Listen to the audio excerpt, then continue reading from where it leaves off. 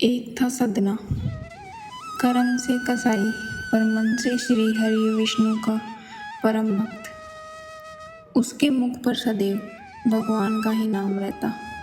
उसके हाथ मांस काटने और बेचने में ही व्यस्त रहते, परंतु मुख से सदैव श्री हरि विष्णु का ही नाम निकलता। श्रीमन नारायण नारायण हरि हरि, भजमन नारायण नारायण हरि हरि। ये बात कुछ लोगों के मन मोह लेती, पर कुछ लोगों को ये बात अप्रिय लगती। अक्सर कहते, कैसा इंसान है ये, भला कोई मांस काटते हुए भी ईश्वर का नाम लेता है। सदना इन सब बातों से बहुत दूर भगवान का नाम जपने में लीन रहता। एक दिन अपनी दुकान से घर की तरफ जाते समय अनायास ही उसकी नज़र एक पत्थर पर पड़ी। काले रंग के सुंदर पत्थर को देखकर सदना के मन में आया कि वो उसे अपने साथ ले जाएगा और मांस तोलने के काम में लेगा। भोले भाले सदना को यह एहसास भी नहीं था कि वो पत्थर जो वो अपने साथ लेकर जा रहा है वह कोई साधारण पत्थर नहीं है। पर जल्द ही उसे इस बात का आभास होने लगा, क्योंकि वह पत्थर मांग किए गए मांस के वजन के हिसाब से अपने आप को बदल लेता था। अगर सदना को 1 किलो वजन तोलना होता तो वह पत्थर 1 किलो का बन जाता, और अगर 2 किलो वजन तोलना होता तो वह 2 किलो का बन जाता। यह बात धीरे धीरे पूरे गांव में आग की तरह फैल गई कि सदना के पास एक जादू पत्थर है। इस आश्चर्य को देखने के लिए दूर दूर से लोग आने लगे। हर कोई इस पत्थर को देखना चाहता था। यह बात उड़ते उड़ते एक ब्राह्मण तक पहुँचे। उस पत्थर को देखने की इच्छा उस ब्राह्मण को भी हुई, पर एक ब्राह्मण कसाई की दुकान पर भला कैसे जा सकता था। फिर उसने दूर से ही उस पत्थर को देखने का निश्चय किया।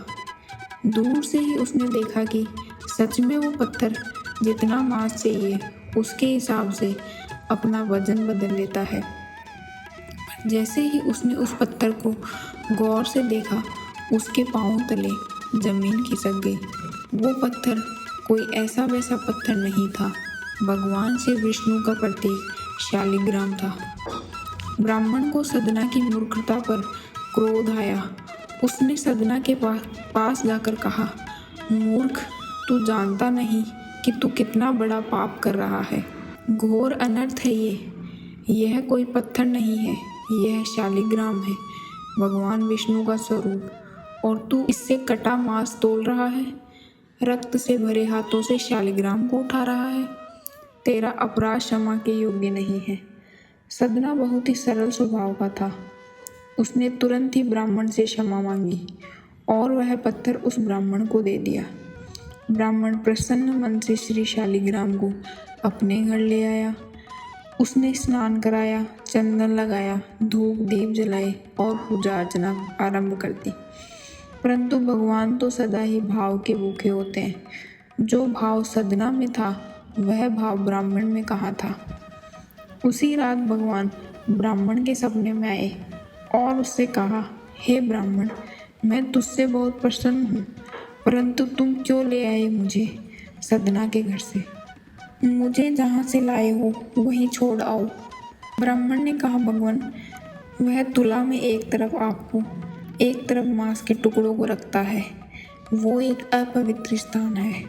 इस पर भगवान बोले, वो जब मांस तोलने के लिए अपने हाथ में उठाता है तो मेरा रोम रोम पुलकित हो जाता है। जब वह मेरा नाम लेकर भजन कीर्तन करता तो मुझे बड़ा ही आनंद आता। वह सदा ही मेरा नाम जपता रहता था, और जो सदा मेरा नाम जपता रहता है उसके लिए मैं स्वयं को भी बेच देता हूँ। यह मात्र संयोग नहीं है कि मैं सदना कसाई को राह में गिरा मिला। मैं स्वयं उसके निकट रहना चाहता था। यह भी मात्र संयोग नहीं था कि मैं मांस के वजन के अनुसार अपना वजन बदल लेता था। मैं स्वयं बार बार सदना के हाथों का स्पर्श पाना चाहता था। वह मुझे निस्वार्थ भाव से प्रेम करता था।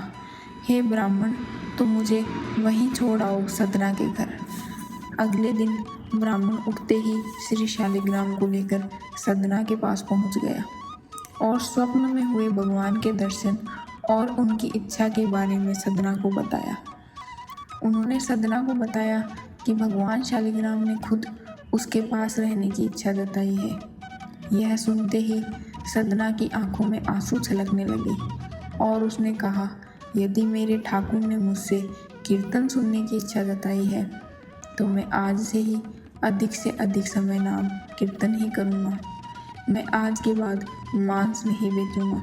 मैं सदैव अपने श्री हरि विष्णु की ही भक्ति करूँगा। आगे चलकर सदना कसाई भगवान विष्णु का परम भक्त कहलाया और उनकी कीर्ति चारों दिशाओं में फैल गई।